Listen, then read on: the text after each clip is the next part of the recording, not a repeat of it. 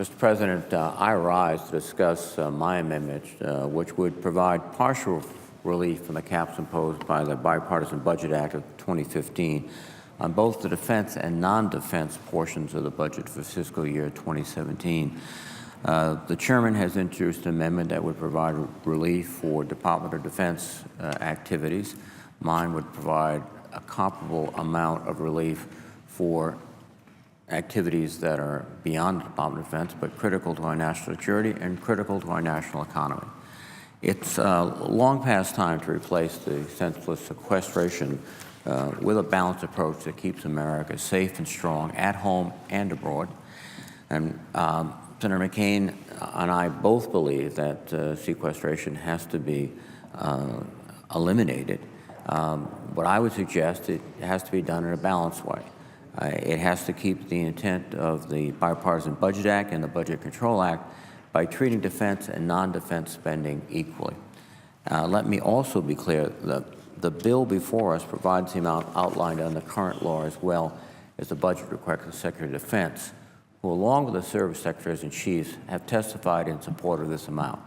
They certainly would like more, but they have testified that for this year, these resources are at least adequate.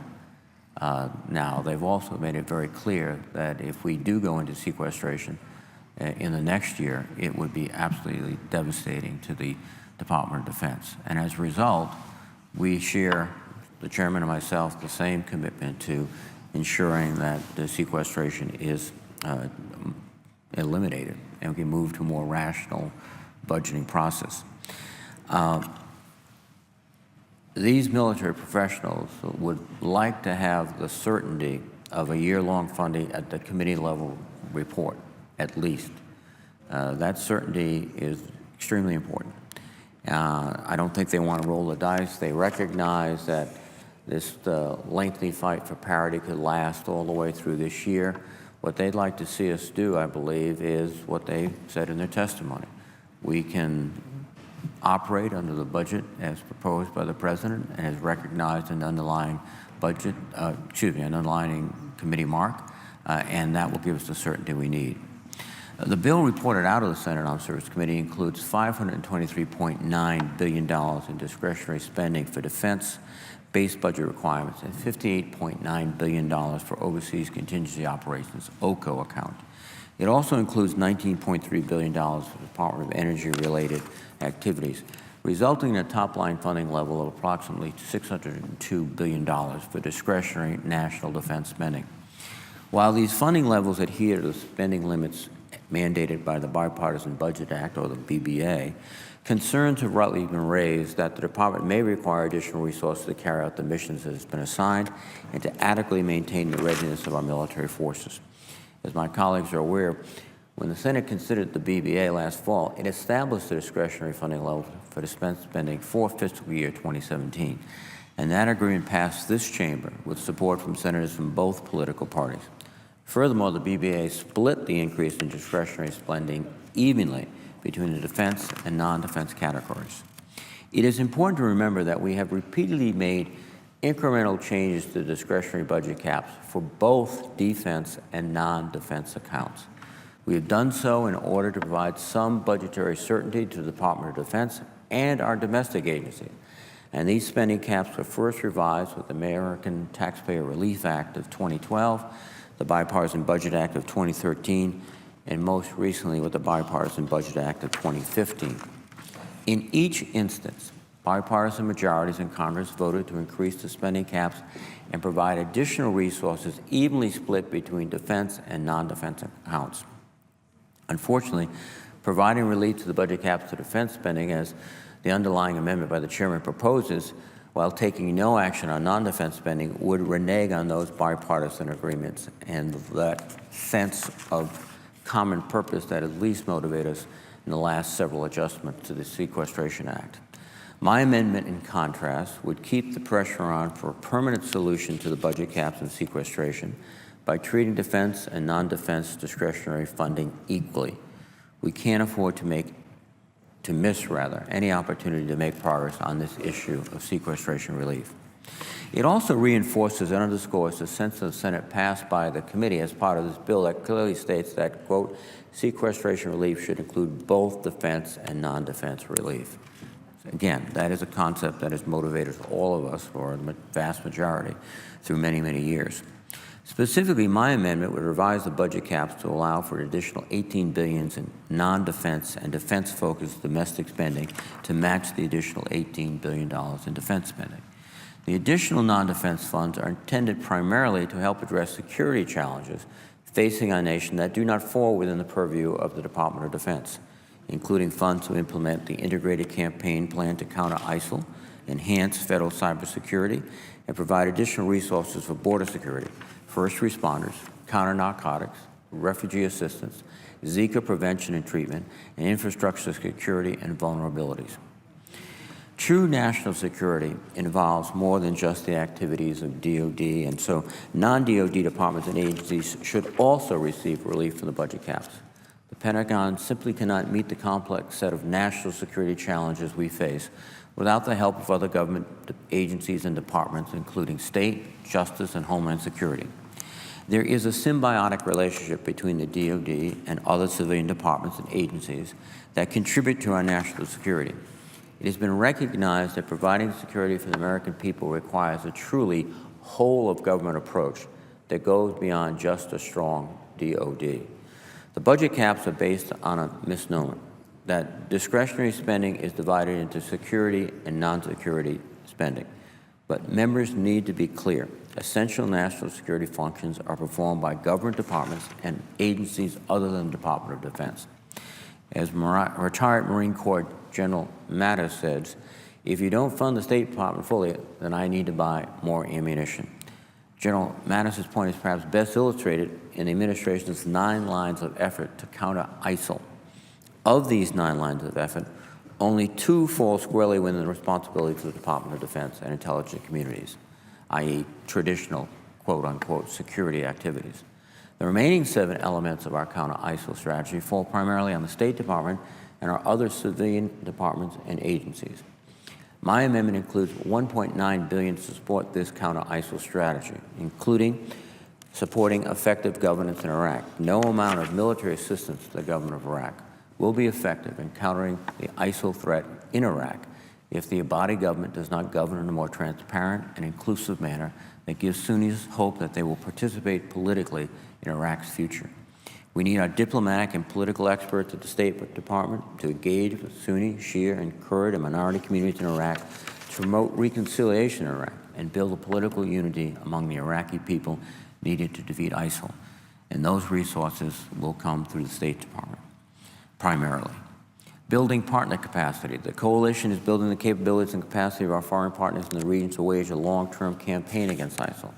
While the efforts to build the capacity of the Iraqi security forces and some of our other foreign partners are funded by the Department of Defense, the State Department and USAID are also responsible for billions of dollars in similar activities and across a broader spectrum of activities.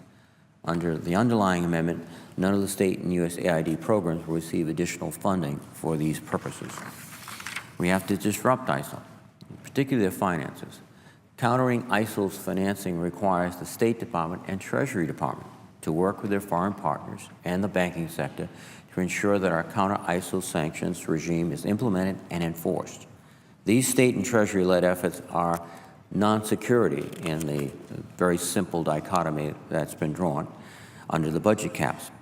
It's also notable that the Office of Foreign Asset Control, OFAC, and the Office of Terrorism and Financial Intelligence, TFI, Treasury Department, are also categorized as non-security activities under the budget caps. The Republican funding strategy not only means that our counter-ISIL efforts will be hampered, so too will our efforts to effectively impose sanctions against Iran, Sudan, and individuals that support their illicit activities. We also have to continue to expose ISIL's true nature. Our strategic communications campaign against ISIL requires a truly whole-of-government effort, including the State Department, Voice of America, and USAID. The Republican approach to funding our strategic communications strategy is a part of government plan, not a whole of government plan, since the additional funding that could be used by state USAID, Voice of America, and other agencies would not be there. We have to disrupt the flow of foreign fighters. And foreign fighters are the lifeblood of ISIL. Without the efforts of our diplomats around the world, prodding our foreign partners to pass laws and more effectively enforce the laws in their books, the efforts of the coalition to stem the flow of foreign fighters will never be successful. And of course, we have to protect the homeland.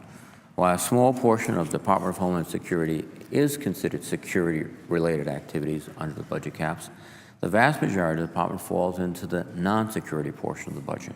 Providing no relief from the budget caps, the Department of Homeland Security shortchanges efforts to secure our communities and borders against ISIL threats. And then again, we have to provide support because of the huge crisis, humanitarian crisis that causes instability worldwide, and particularly in areas of concern. Virtually none of the activities that support our humanitarian efforts in the region, in the Middle East, and in many other parts of the world are considered security activities. Military commanders routinely state that the efforts of the State Department, USAID, and the Office of Foreign Disaster Assistance to provide for refugees and other vulnerable populations overseas are critical to our broader security efforts, and that is particularly true in the counter-ISIL campaign. The administration's two remaining lines of effort against ISIL, namely denying ISIL safe havens and enhancing intelligence collection, are primarily funded under the so-called defense or security accounts. However, the continued presence and activities of our diplomats overseas significantly enable both of these lines of efforts.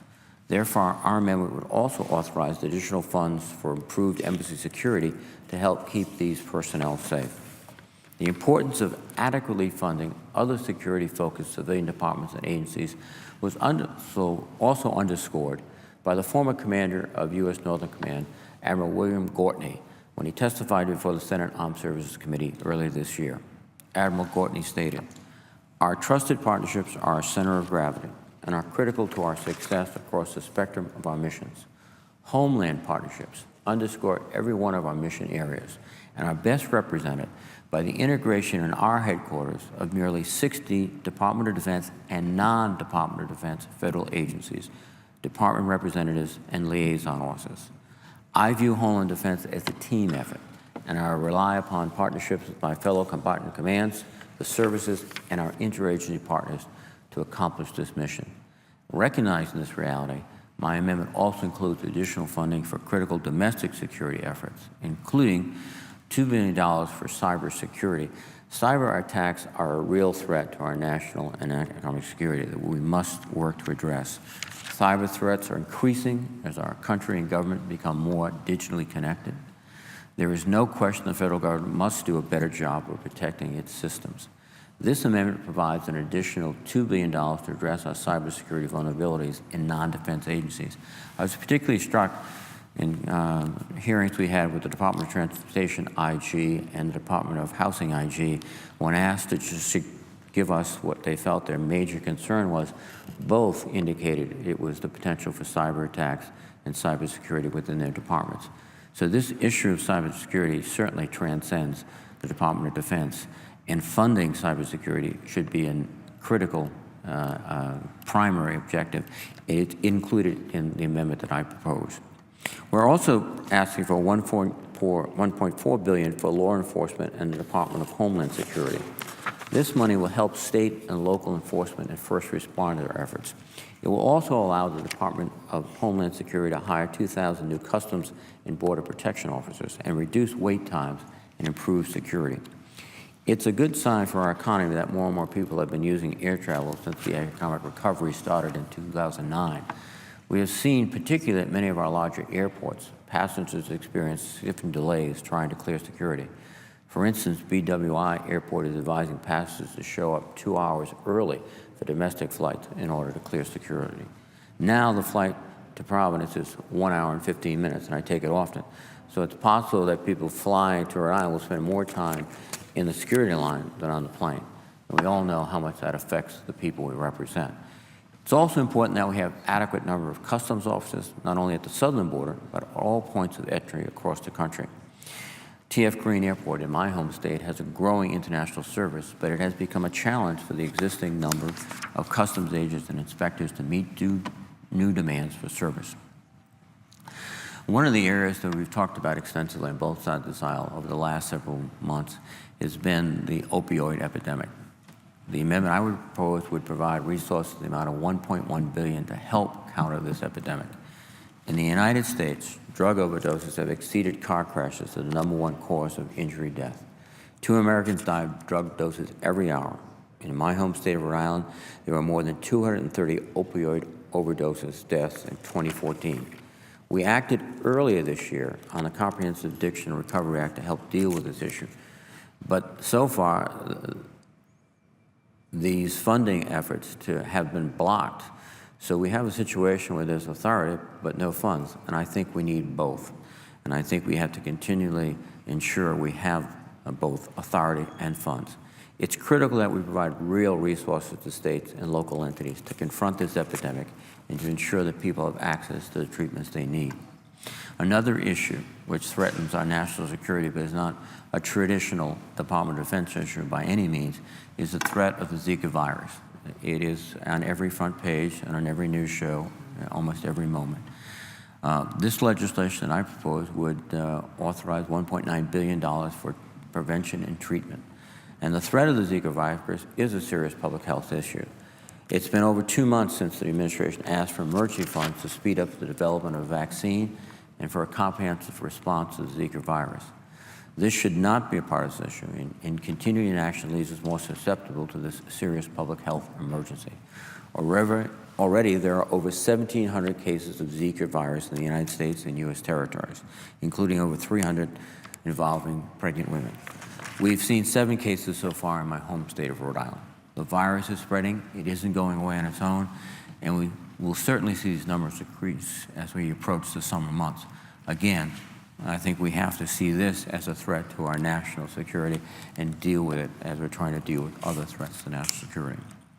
But our national security is not just about being strong abroad, it's also being strong at home. A growing, vital economy allows us to meet the fiscal challenges we need to fully fund defense, to fully fund our non-defense security activities. And so, as Secretary Carter has said, underfunding the non-defense portion of the bill, in his words, disregards the enduring long-term connection between our nation's security and many other factors. Factors like scientific R&D to keep our technological edge, education of a future all-voluntary military force, and the general economic strength of our country. And the Secretary of Defense's words, I think, are right on target. Furthermore, the men and women of our military volunteer to protect and are fighting overseas for American ideals, including a good education, economic opportunity, safe communities, and functioning infrastructure. There is a reason why our past budget agreements have provided budget parity between defense and non-defense spending. We've done so because we all recognize that we must protect our nation as well as keep it a nation worth protecting. Our service members and their families also rely on many of the services provided by non-DoD departments and agencies. Efforts to support all of these goals will be hampered unless civilian departments and agencies also receive relief from the budget caps. Therefore, my amendment also revises the budget caps to allow for additional spending on important programs carried out by civilian agencies, including $5.1 billion for infrastructure improvements. President Eisenhower understood the importance of a strong highway infrastructure to our national defense. In fact, I think at least colloquially, his legislation was referred to at times as the National Defense Highway System. But it was the Federal Aid Highway Act of 1956 which led to our interstate transportation system. Today, many elements of that transportation system, both roads and bridges, have fallen below acceptable standards. We need to take action now to prevent further decline in that vital system. The unrealistic and arbitrary budget caps have resulted in deep cuts to critical infrastructure programs. We need more resources to invest in our transportation and infrastructure systems, not less. In response to these shortfalls, my amendment would provide $5.9 billion to help meet critical infrastructure needs for roads, bridges, rail, affordable housing, VA construction projects, water infrastructure, and funds to mitigate lead contamination. A few facts for the consideration of my colleagues. Barely 1/3 of our roads are in good condition, and 1/4 of our bridges need significant repair. In my state, we have the highest percentage of structurally deficient bridges, and without increased investment, that number could double in the next decade. The Department of Transportation has identified an $86 billion state of good repair backlog for bus and rail transit, and that backlog continues to increase at a rate of $2.5 billion per year due to inadequate federal funding. Amtrak's busy Northeast Corridor has a $28 billion state of good repair backlog and relies on bridges and tunnels that are over 100 years old. The Federal Aviation Administration's maintenance backlog has grown to $5 billion, and the FAA has identified over $400 million in needs for immediate facilities repairs that we are not able to meet under our current allocation. If we do not invest in our transportation system, efficiency and safety will be compromised. Meanwhile, we have also an affordable housing crisis in this country. Nearly 8 million very low-income Americans are paying more than 50% for their income or rent, living in substandard housing, or both. In fact, for every 4 families that are able to receive HUD rental assistance, only 1 can be served within this fiscal environment. Families cannot pay for higher education to get ahead if the majority of their income goes to simply keeping a roof over their head. It is also important to continue to adequately fund the Drinking Water State Revolving Fund and the Clean Water State Revolving Fund, and work to mitigate lead contamination. State revolving fund resources are critical to modernize our water infrastructure, reducing pollution, protecting public health. And as the tragic events in Flint, Michigan illustrate, when water quality is compromised, it becomes a public health crisis. Water quality oversight isn't just about pipes and infrastructure. It's also about preserving the ecosystem, keeping our sources of drinking water free from harmful contaminants. Inadequately funding these basic necessities means that we cannot meet the needs of our communities. And we also understand, particularly as we look across the globe at our competitors, our military competitors, our technological edge is narrowing. And one reason is they're investing a great deal in their research infrastructure, and we're not investing as we were in the past. Again, partly as a result of these budget caps. So my amendment would suggest $3.5 billion for science and technological investment. Federal research centers like the NIH, National Science Foundation, NASA, ARPA, all provide hope for treatments and cures for life-threatening and debilitating diseases, generating new technology, and making scientific breakthroughs. They are also key in helping to strengthen our economy and maintain our competitive edge, the foundation of our national security. Again, the technological edge that we enjoyed over our near-term competitors in the past is narrowing. Every defense official will say that. And we're not simply going to fix it by putting some more money into defense-directed DoD research. We have to put money throughout our entire research enterprise.